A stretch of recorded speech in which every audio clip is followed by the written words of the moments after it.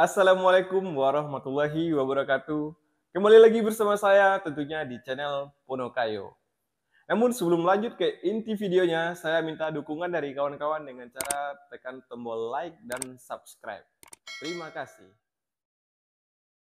Halo teman-teman, di video kali ini saya akan membahas tentang penyebab ELCB ngetrip. Sebelum kita bahas lebih lanjut penyebab ELCB ngetrip, kita harus tahu terlebih dahulu fungsi dan cara kerja dari ELCB. Fungsi ELCB adalah sebagai proteksi atau pengaman terhadap arus bocor. Sedangkan cara kerja atau prinsip kerja dari ELCB akan memutus aliran listrik ke rangkaian yang ada kebocoran arus listriknya. Salah satu contoh rangkaiannya adalah instalasi listrik yang ada di rumah kita, teman-teman. Apa sih contoh kebocoran arus listrik? Kebocoran arus listrik itu bermacam-macam. Ada yang bocornya pada peralatan, ada kebocorannya pada instalasi, baik itu di dalam plafon maupun di dalam kabel tanah. Jika teman-teman memasang instalasi listrik di dalam tanah untuk lampu taman misalnya. Penyebab ELCB ini ngetrip tentunya karena ada kebocoran arus listrik. Lalu bagaimana cara kita mengetahui di mana kebocoran arus listrik itu terjadi? Caranya sangat mudah sekali, teman-teman.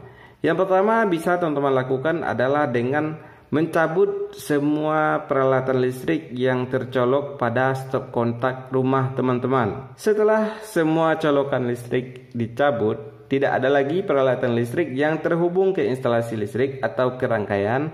Teman-teman coba tekan lagi nih tombol yang berwarna biru, kemudian teman-teman on-kan lagi ELCB-nya. Jika ELCB sudah di-on-kan tetapi masih ngetrip, masalahnya tidak ada pada peralatan listrik. Teman-teman harus memeriksa instalasi listrik yang terpasang di dalam plafon rumah teman-teman. Teman-teman cek seluruh kabel instalasi listriknya, apakah ada yang terkelupas isolasi atau isolator dari kabelnya ada yang terkelupas. Kalau semisalnya tidak ada, teman-teman juga bisa periksa di setiap saklar atau stop kontak. Cek kabel fasanya, apakah kabel fasanya ada yang terhubung ke tembok lepas dari stop kontak misalnya.